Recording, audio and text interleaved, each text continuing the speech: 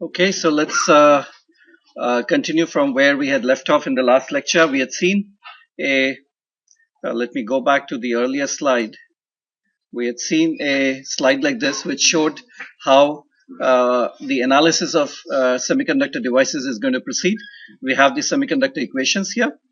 And once you solve these equations with the appropriate boundary conditions and with appropriate models for generation, recombination, mobility, diffusion constants, you should be able to get the electron density, hole density, and electric field inside the device. And once you do that at any particular point, you can then use these equations for Jn and Jp and obtain the current versus voltage characteristics here. So what we are going to do next is, having looked at the structure of analysis, as I said, we'll look into more details of doping, generation, recombination, and mobility. And then having done that, then we'll come back and apply our knowledge to the simplest, besides a simple N-type semiconductor, the next simplest device is the PN junction here. So we'll apply it there here. Okay. Okay. So with that in mind, let's start our discussion related to band theory of semiconductors here. So there are a couple of questions that I had talked about earlier. For example, why are some materials metals and others insulators or semiconductors? We had seen in the very first lecture that people had observed that metals, of course, people knew very well, very high conductivity, and insulators, of course, would not pass any current. People had noticed that there are materials whose conductivity is intermediate between metals and insulators here. And so the issue is, why do some materials act as metals, others as insulators, and some others as semiconductors here? The other thing was, as we saw very early, Faraday, for example, had shown that when you take a semiconductor and you measure its temperature dependence, the resistance of a semiconductor often decreases with temperature here.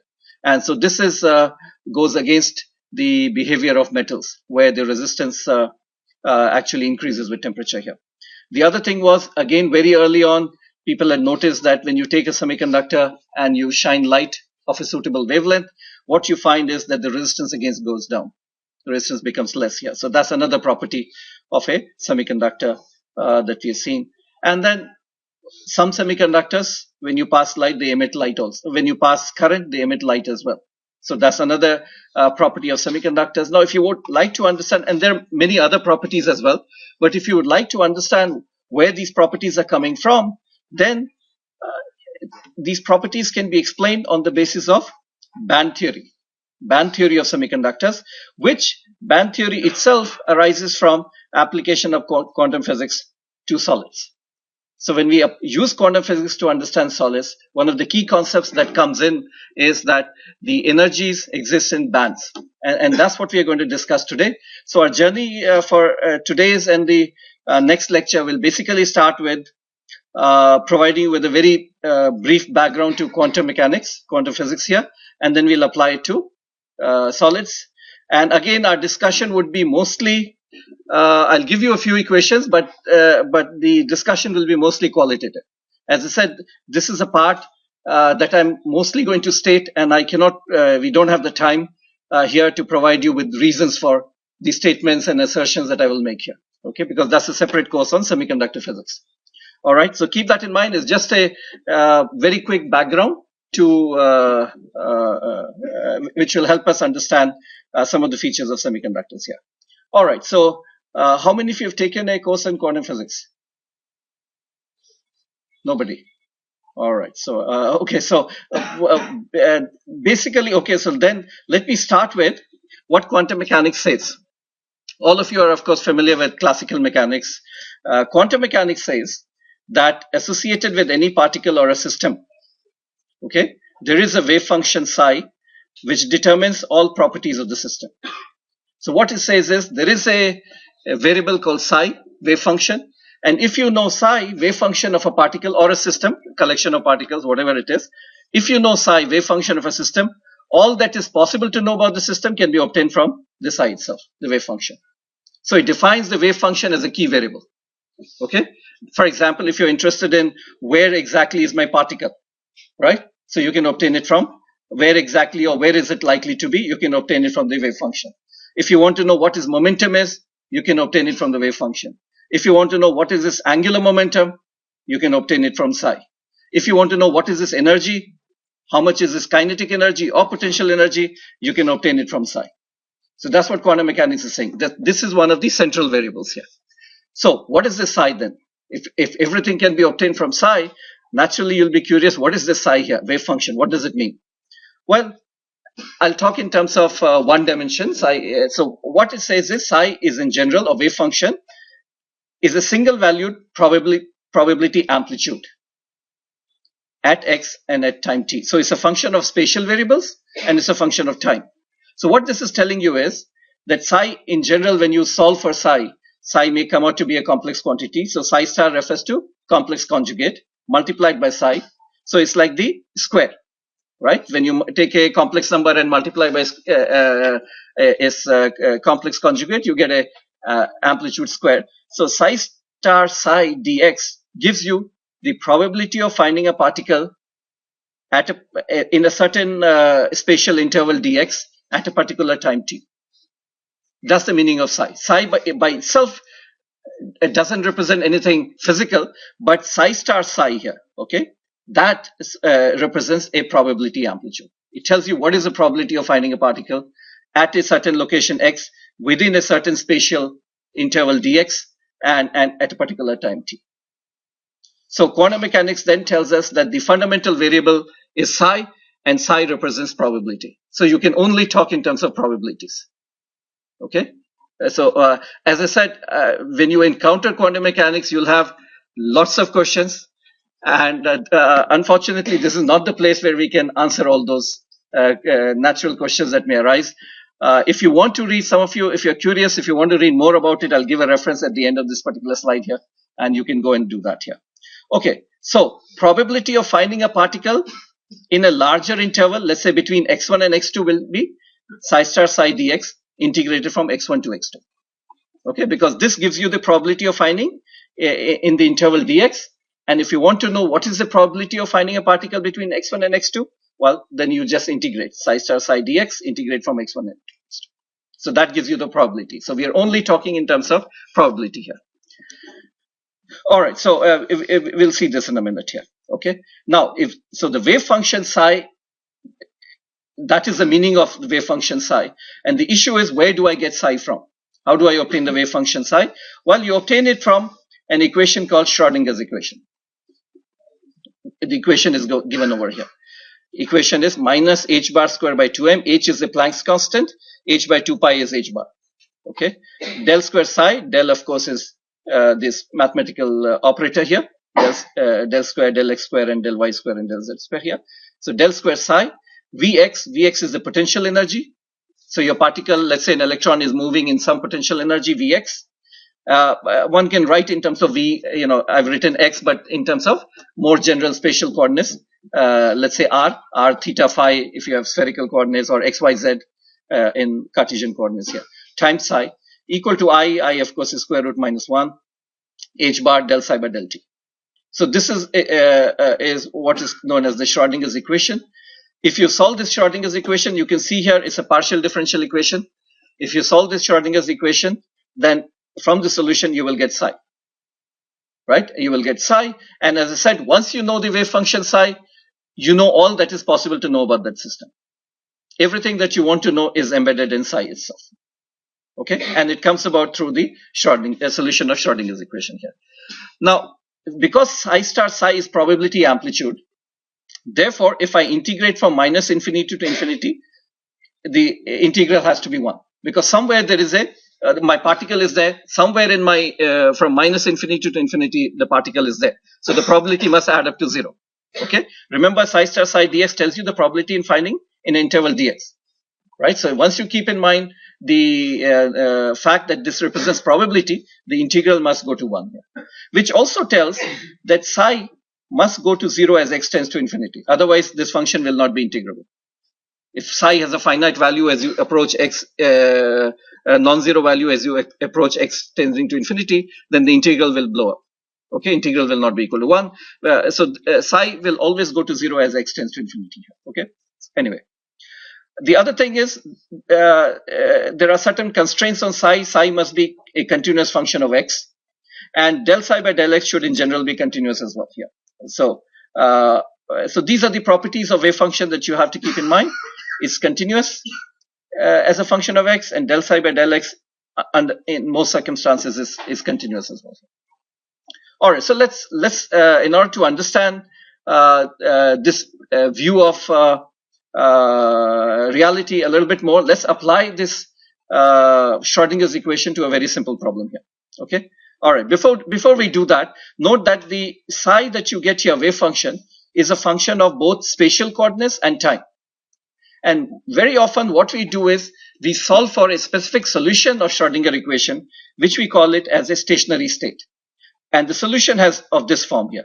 Psi can be written as a product of psi of spatial coordinates and a time. There is a t term here, minus I e by h bar times t here. Okay. So there is a spatial part here and there's a time part which is written like this here, minus I e by h bar times t here. Now you can see why we are calling it as a stationary state. Because if I look at the probability will be psi star psi. So if you do psi star psi here, what will you get? You'll get probability which is independent of time. Okay, which means that once my particle is in a particular state, it will continue to be in that particular state. It's independent of time here. That's why the word stationary state comes into picture. So we are most of the time what we are doing is we are solving for a very specific solution of Schrodinger's equation, which we call as stationary states, where the time part is given by this part here. And therefore, if I take this time part and put it in my original Schrodinger's equation, the time part factors out and I'm left with only the spatial part here because the time part has already been solved. Okay. So the spatial part is given by this equation here, which we call as a time independent Schrodinger's equation. All right. E, by the way, refers to the energy of this particle here. E is the energy. V, note that V was nothing but potential energy here. So E is like the total energy. V is like the potential energy. And one can show that this particular term sort of represents the kinetic energy here. Okay. And it's nothing, the equation looks like a energy balance equation here. Energy equal to potential energy plus the kinetic energy. Anyway, so let's, what we do is let's take this particular equation, time independent Schrodinger equation. Let's apply it to a very simple problem here. And the simple problem is a particle in an infinite well. So let's understand this particular problem here. So this diagram here refers to potential energy. Okay, so potential energy is 0 here, right? Is 0 here, and potential energy is infinite here, outside. It's infinite here, and this whole region is of a region of length L. So if I have a particle, you can imagine if I have a particle electron, let's say in region 1, then the electron is confined in region 1. For finite values of energy, electron is confined in region 1 because outside I have potential energy which is infinite. So electron cannot go there. At a finite energy, electron cannot go here, and at a finite energy, electron cannot go in region 3 as well. Right? So it's confined in region 1. It's confined in region 1, and that's why we call it as a well. It's sort of a well where the electron, let's say, is trapped. Right? And it's infinite well because the barrier outside is infinite here. That's why we call it an infinite well here. So what quantum mechanics will do will help us understand what is the behavior of electron which is trapped, let's say, inside this potential well here. Now, how is it important? Some of you may already see where the relevance of a problem like this may be. Because here I'm talking about an electron trapped inside a infinite well. Now, if you think of an atom, what happens in an atom? An electron is held to the nucleus, right? Is held to the nucleus. So you can think of an electron trapped again inside a particular volume, right? An electron trapped inside a particular volume. How is it trapped? Through the potential energy between the nucleus and the electron here. So in a very idealized way, you could think of that this is sort of representing maybe an atom. Obviously, the potential energy profile in an atom is more complex, is Coulombic in nature here. But in an idealized way, you can think of an electron trapped inside a well will have at least some qualitative features which are similar to an electron trapped inside a Coulombic well, which is like an atom. Okay, so that, you can see that the results that you will get here are important and will help you understand some of the features of more complicated systems here. All right, so I would like to understand how does my electron behave when it is trapped inside this particular well. Okay, we would like to understand that. And quantum mechanics says if you would like to understand this, then you have to obtain the wave function for that particular electron. Okay, you have to obtain the wave function of this particular electron. And how do I obtain the wave function? Well, I have to solve this Schrodinger's equation, time independent Schrodinger's equation. Now, of course, what I have to do is I have to solve it in region 1, I have to solve it in region 2, and I have to solve it in region 3. So let's do that here. In region 1, note that potential energy is 0. So I put V equal to 0 here, and the equation becomes minus h bar squared 2m del square psi del x square equal to E psi. And what does E represent? We are solving for a particular value of energy of the electron. Okay, we're solving for a particular energy here, E. Okay, E is a constant. So solution here then is very simple. Minus h bar square by 2m, you take it on this side here, and you can write it in terms of k square minus k square psi here, and the solution is a e to the power ikx, b e to the power minus ikx, and of course you can rewrite it as a cosine kx plus b sine kx here. All right, so that's the solution, general form of a solution in region 1. In region 2, note that in region 2 and region 3, the wave function has to be 0. The wave function has to be 0 because note that V is infinite here in region 2, let's say. V is infinite and we are solving for a finite energy of an electron here. So if this term is infinite and right hand side E is finite here, the only way in which you could balance this equation is if psi has to be 0. Otherwise the equation cannot be balanced here, right? So it implies that psi in this region has to be 0 and psi in this region has to be 0 here. And it should make physical sense also for you. Because what does wave function represent? It represents the probability. And we know that there should not be any probability of finding an electron here. Because electron has finite energy E, and it can't escape this particular well here because the energy required is infinite. So I don't expect my electron to be here. I don't expect my electron to be here, which implies that psi is 0. Because the square of this gives me probability of finding an electron at that particular point. Okay, so this is 0 here. All right. So the next thing is we have obtained the wave function here. We have obtained the wave function here. We know the wave function here is 0 and the wave function is 0 here.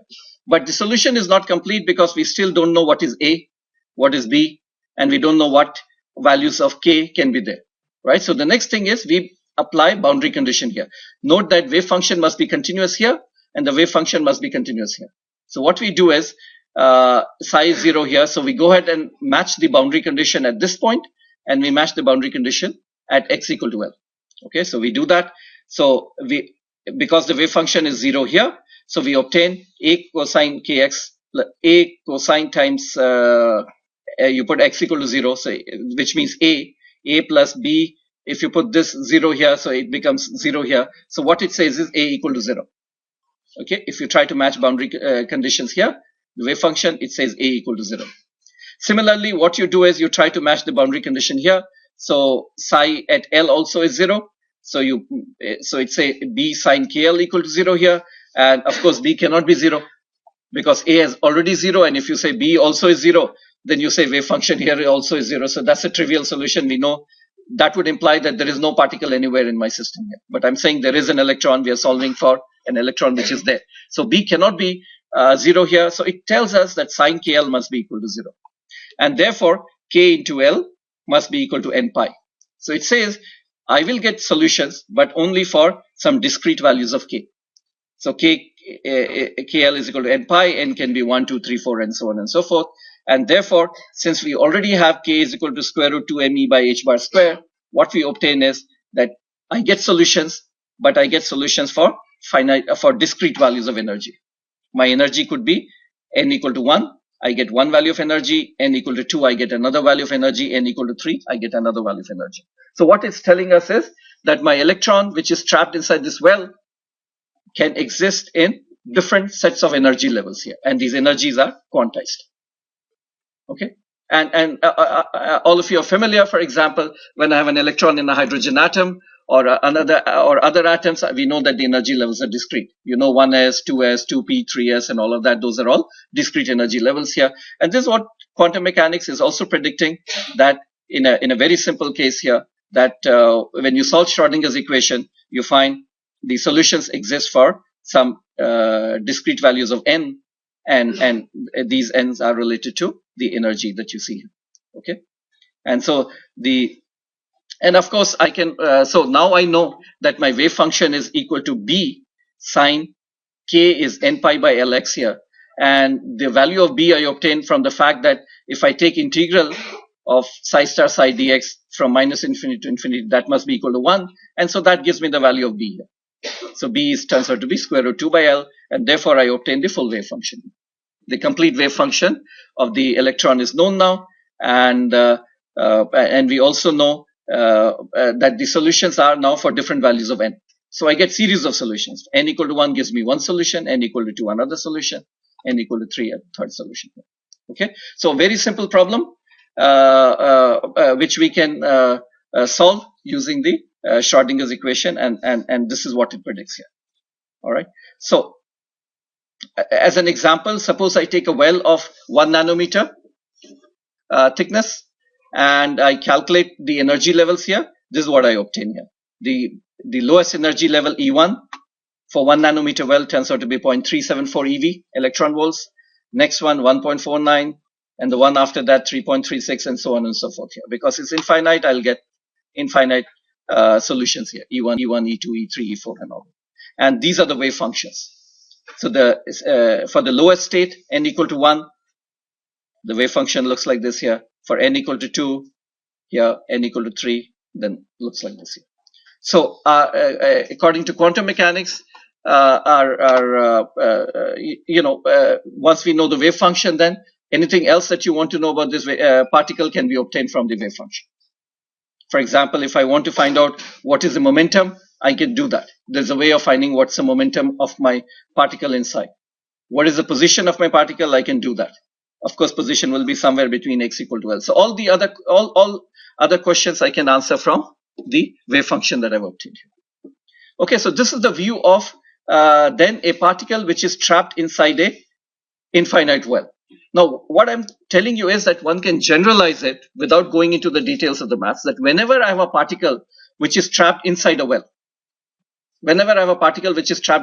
like as I said, an electron trapped to a small volume close to the nucleus here, what you will end up with is getting discrete energy levels here.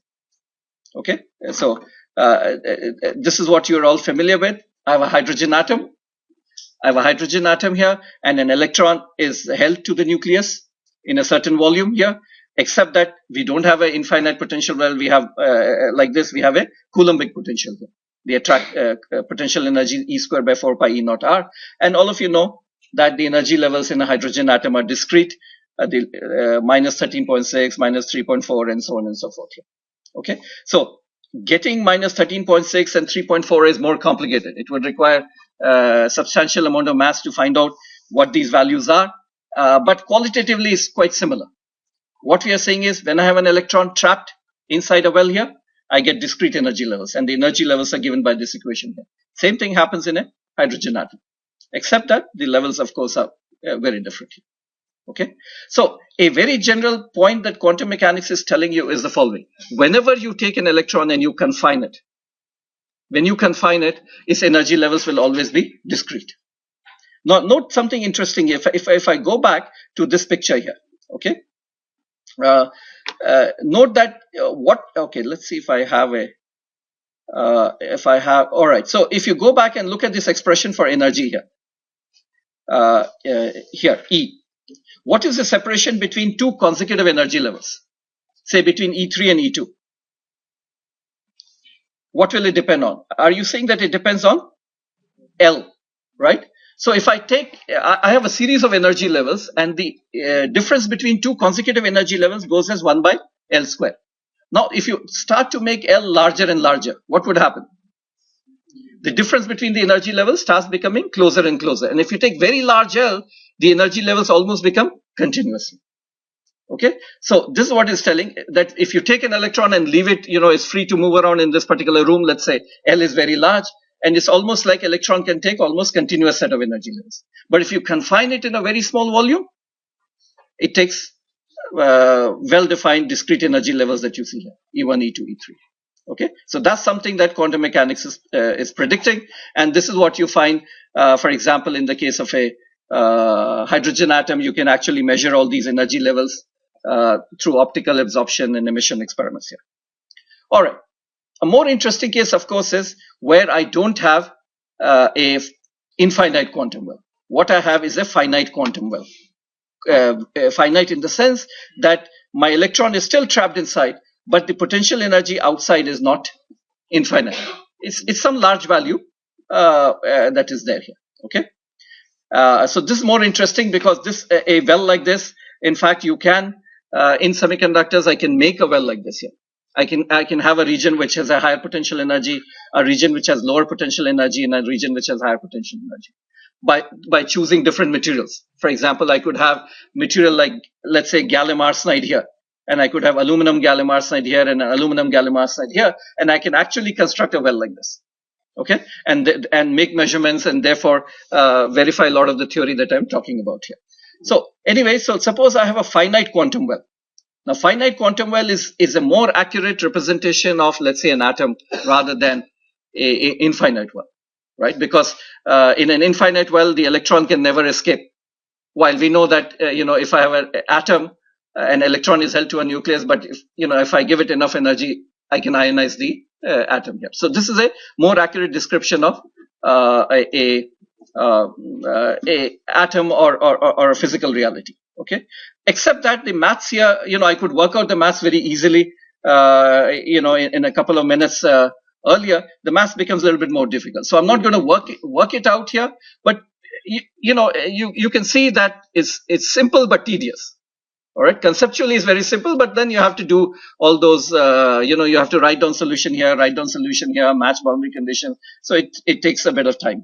Anyway, let's quickly go over it and see what happens here. So again, we have to, if you want to understand behavior of an electron inside this finite quantum well, you have to solve Schrodinger equation and you have to get the wave function here.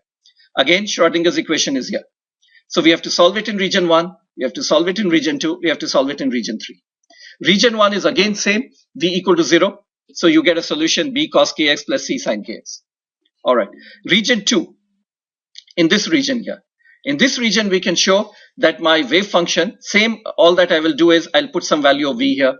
I can show that the wave function goes as a e to the power minus alpha x here. Now note, if you write down a general solution, you would get a e to the power minus alpha x plus b e to the power plus alpha x. Now why plus alpha x cannot be there? Because we know probability cannot blow up as I go towards infinity. So that's why the e to the power plus alpha x is not there. And all I get is a e to the power minus alpha x. And from symmetry, from the other side, I'll only get a e to the power plus alpha x. So from symmetry, I can write down this one here. So note now, my wave function is looking like this here. You can see something interesting. Here, within the well, it's like cos kx plus sin kx here. But outside the well, is exponentially decaying here. Exponentially decaying here, exponentially decaying here. All right. So that's the nature of the wave function.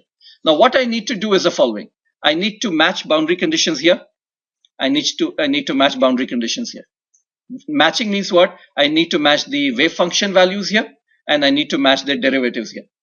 Similarly, I need to match the wave function here, and I need to match the derivatives here. And after I do that, one of the things that I get is the following. That as I match, remember earlier, as we were matching the boundary conditions, we found that sine kl equal to n pi. We got a constraint on k. Now, as I match the boundary conditions, I find that my equations, my variables must satisfy this constraint. Square root beta square minus k square equal to k tan kl by 2. Now, what these values are given here. K is equal to square root 2me by h bar square. We are solving Schrodinger's equation for a certain value of e here. So that's k and e are related together. And beta is square root 2mv by h bar square. V is the potential here.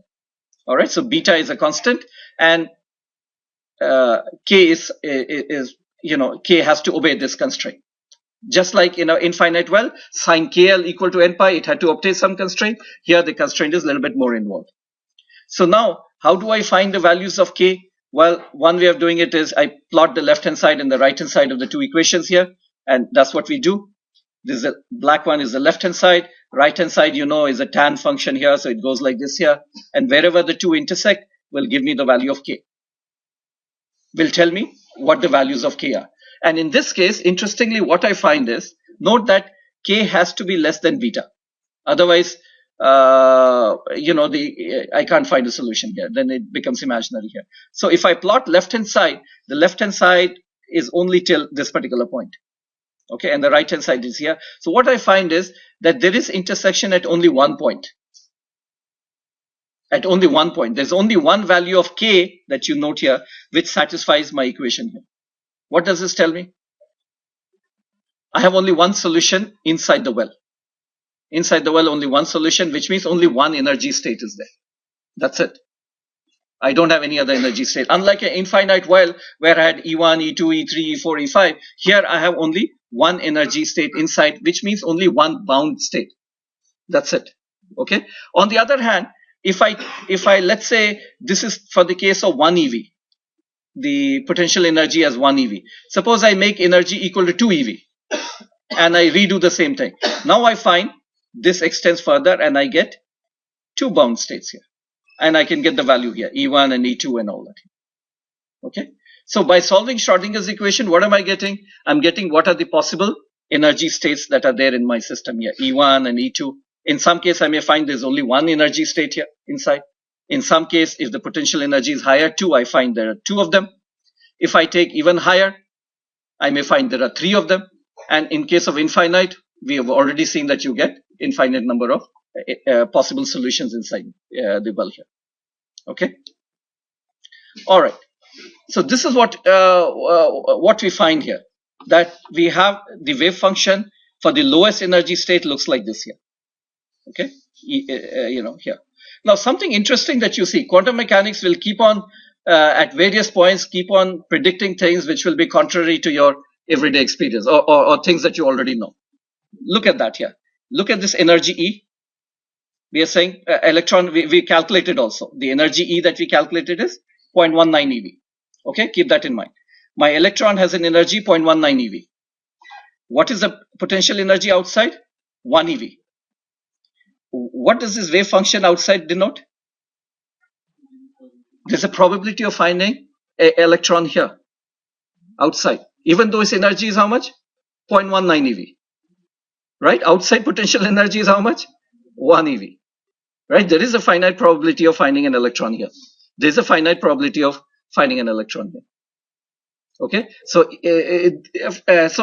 this leads to something very important and interesting, that even if my electron has an energy less than the barrier which is there, there's a possibility that we will see later on, extremely important for semiconductors, the electron, even though it has a smaller energy, can go through a barrier. And we call that as a tunneling. As a tunneling process here, okay? Normally we think, if you have an energy barrier, you must have an energy larger than the barrier. Then only you'll cross it. But quantum mechanics says no. Even though you have an energy less than the barrier, you can go through it. Okay, so it predicts something which is again contrary to our common everyday behavior here. All right. So that's what I'm trying to prove, that even though my electron energy is 0.19 eV, I can still find outside the barrier here. There's a possibility of finding electron here. And there's a possibility of finding electron here. The other thing is, note that this was a problem that I solved earlier, a quantum well which is infinite of 1 nanometer thickness. And we found its energy was, the lowest energy was 0.37. Now, if I solve it for a finite quantum well with the energy 1 eV here, the first energy state comes out to be 0.19 EV. Okay, 0.19 EV here.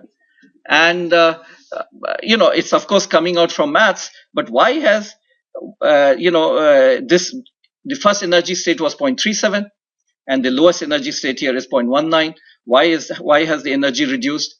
Well, one way of looking upon it is that, as a very general statement that I made, that every time you confine an electron, you get discrete energy. The more you confine an electron, what happens to this energy? It becomes higher and higher. The more you confine. Because if you remember, what was the energy dependent on? 1 over L square. So the more you confine an electron, the higher its energy. So in some sense, now you can see why the energy here is lower as compared to energy here. Because even though the well is 1 nanometer, both 1 nanometer here, here the electron has a possibility of being in this region as well, and in this region as well, right? So the confinement in some sense is less. The confinement is less, and therefore its energy is small. In this case, the confinement is very tight. Is confined entirely to the 1 nanometer well. In this case, it is spilling out, and the confinement is less, and therefore the energy is dropped. As a qualitative way of understanding why has the energy dropped here. Okay, so the finite well then is a sort of idealized, as I said, idealized way of saying what an atom is. And an electron trapped inside a finite well is similar to an electron trapped inside, let's say, close to the nucleus as a hydrogen atom. Okay. So if you think of an electron as an atom, as a well, one finite potential well, then two wells, what would you think of? Two wells that are there. I have one well here and one well here. Where would that lead to? If one quantum well is like an atom, then the two wells that you see here, and if you bring them close together, then it's going towards a molecule. So a coupled quantum well. What do I mean by coupled quantum well? Well, I have one well like this here that you see, its wave function is here, and another well which is the wave function is here. And if they're far apart, they have no interaction, right? Wave function represents what? Probability of finding an electron here. So they have no interaction between them. They're like two discrete atoms which are far apart. But then you take these two wells and you bring them close together. And then what do you get? You can expect that this wave function that you see here will start overlapping with the wave function here. And the two begin to interact with each other. All right, they begin to interact with each other. And then what you are seeing is that is like the beginning of formation of a molecule. Two wells, two quantum wells coupled together, coming close together. It helps you to understand what happens in a molecule. Okay. Now you can imagine I can solve this. In principle, it's easy to solve this particular problem for various values of separation between the two wells. What do I have to do? I already know what's the solution here. I can write down what is the solution here, what is the solution here, what is the solution here, match the boundary conditions at all of them. Boundary conditions meaning match the wave function values here, match the derivatives at every point here. And after I do all of that, I'll get the complete wave function. I'll get the complete wave function, which is valid for two coupled quantum wells. So conceptually it's simple. Maths-wise it becomes tedious, writing solutions and then matching boundary conditions and doing all that. But at the end, what do I get here? Well, what I find is when I bring these two wells close together, right? When they're far apart, I have a solution like this. When I bring them close together, I find that the original energy that was there earlier, the original energy that you see here, right? It splits into two energy levels, one E1 and one E2. And there's a wave function like this here, which is a symmetric wave function. Symmetry you can see here, and there's a wave function here which is anti-symmetric. So when you take two wells and you bring them together and you start coupling them together, what you find is that the original energy that my electron had, that original energy level splits into two energy levels, E1 and E2. This is shown more here. Original E0, when the wells are far apart, as you bring the wells together, it splits into two energy levels here. One a little higher, one a little lower. The one which is lower has a wave function which looks like this here. And the one which is higher has a wave function which is anti-symmetric here. Alright, so what we are saying is if you solve the Schrodinger's equation now for this coupled quantum well, you'll get now instead of earlier E0, that E0 splits into two energy levels, E1 and E2. One wave function like this, the other one like this here. But note something very important now here. The energy level doesn't belong to a specific well now. It belongs to note that I've drawn this energy level as a single line crossing the whole thing. It belongs to the whole system. And what is the system? The coupled quantum well. And the wave function says electron could be here, here, here, here. It could be anywhere, right? With the probability that is given by the square of the amplitude here. Similarly, the electron now, the energy level that I've drawn belongs to the entire system here. It doesn't belong to one particular well. You can't identify now things with a particular well. The two wells are like one system. Okay, and this energy level E1 or E2 belongs to the whole system here, and the wave function is like this here. Now this is something which is so that's what one is showing here. So original level, which was E0, splits into two levels, E1 and E2. And now the splitting between the two depends on how closely I bring the two wells together. The closer I bring, the greater the splitting between the two levels, E1 and E2. Okay. Now, sometimes analogy helps us understand, because I'm not going into the details, and some of you maybe it must be bothering why did it split? Okay. Now, the splitting is something which is very general, in the sense that some of you can, you have access to microcap, and you can do the following simulation. Now, circuits are very far from quantum mechanics, but suppose you take an LC oscillator, right? An inductor and a capacitor in parallel, right? It has a resonance frequency, right? How much? 1 by square root LC, right? You can make that circuit. So you have one LC oscillator. Take another LC oscillator, exactly same value of L, exactly same value of C. That will also have an oscillation frequency F0, right? So you have two LC oscillators, both of them have oscillation frequency F0. Now start bringing them close together. What does it mean, close together?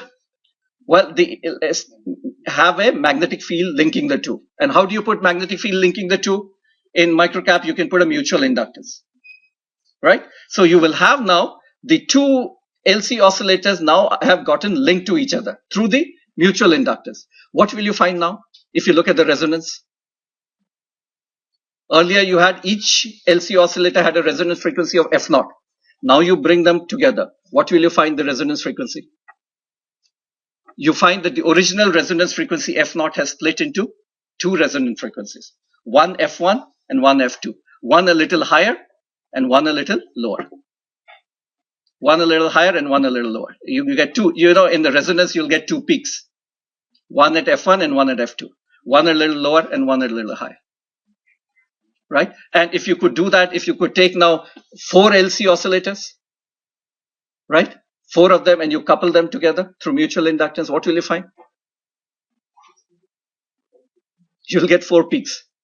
If you could resolve them, you will get 4 peaks. That the original F0 has split into now 4 resonance frequencies.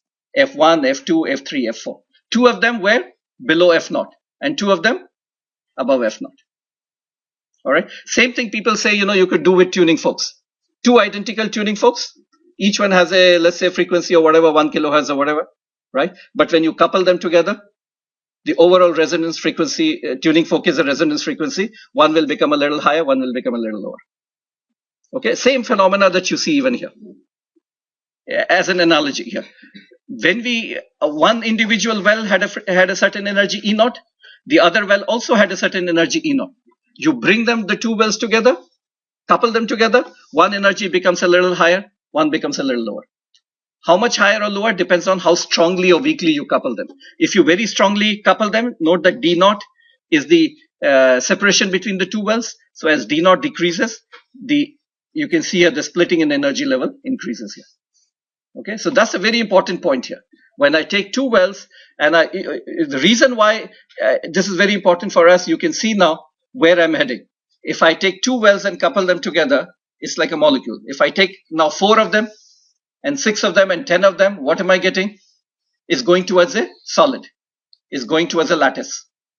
So that's where we are, why I'm doing it. So we started from a finite quantum well, which sort of represents a atom. I take 2 finite wells and couple them together, it's like a molecule maybe. Now I take n number of them and couple them together. What do I get? I get a lattice here. I get a solid here. So in a very simple way, going from a finite quantum well to a couple quantum well to a infinite couple quantum well, what I'm going towards is what happens in a lattice here. Okay. So these are some numbers that one can see here. I have a well thickness of 10 angstrom here, well separation of 13. If the wells were isolated, I would have energy of 0.19 EV. When I bring the wells closer together, one energy symmetric is a little lower, about 0.01 EV lower, and the other one has about 0.01 EV, which is higher here. Anyway, So, as I said, now one can generalize this. So this is what is happening when you couple them, one energy higher and one lower here. And if I generalize them, if I take 3 coupled quantum wells, I get 3 energy levels. If I take n coupled quantum wells, I get n energy levels here. So this is what we are happening here. So earlier the energy level was E naught and E naught here. And when you couple them together, when you take n coupled quantum wells, you get a series of energy levels that you see. So instead of 2, how many do we get? We get n. So 2 of them give you 2 energy levels, 3 of them give you 3, 4 of them will give you 4, and if I take n of them, will give you n energy levels here. Okay, which is what you find here. So let me. All right. So let's summarize what we find here. If I take a single quantum well and an electron trapped inside a quantum well, what I find is that its wave function looks like this here. I call this a wave function like this as a localized state, localized energy state. Why? Because my electron is trapped inside this one. Note that it has a possibility of going here, but then the probability dies down exponentially here. And similarly, the probability dies down exponentially here. My electron is trapped inside the well. And we call this energy state as localized state, because the electron is localized in that particular well. That's what I mean by localized state. It's localized in this particular well here. But when I take a large number of wells and I couple them together, what do I find? I find that there is an energy state which goes like this here. And there are many such energy states depending on how many quantum wells I take. And the wave function looks like this here. Let's say a symmetric wave function here. And what do you find? What does it look like? See, the electron now is no longer confined to a particular well. It can be anywhere. It can be anywhere. It's completely delocalized. And this wave function looks like what now? Like a sinusoid. And sinusoid represents what? It's like a, it's like a sine, it's like a what? A wave. A propagating wave looks like what? A propagating wave, a plane wave has what kind of a sine, right? Sine kx. So it's beginning to look like that only. The electron is beginning to look like a propagating wave. While here, it is localized. It's just there in a certain narrow region here. It's confined here. While here, it's completely delocalized here. Okay, so this is what my quantum mechanics is predicting, that if you take these wells and you couple them together, then you start getting states. Note that energy state here, which is delocalized here. Note that probability of finding here is the same as probability of finding here is same everywhere. It's like the electron is now free to move. The electron is actually sort of free to move in anywhere from here to here. Okay, despite the presence of the barrier. Note that the energy of the electron is what? Is less than the barrier. The barrier is high, right? And the energy is much less. But the electron is free. It can go from here to here to here, anywhere. It's free to move around. That's what the quantum mechanics is predicting here. So what we are getting is the following. We are getting that if I have a coupled quantum well, I may have one single well, I have energy level E1 and E2, discrete. But when I take n number of them, what do I get? This level E1 that you see here, what happens to it?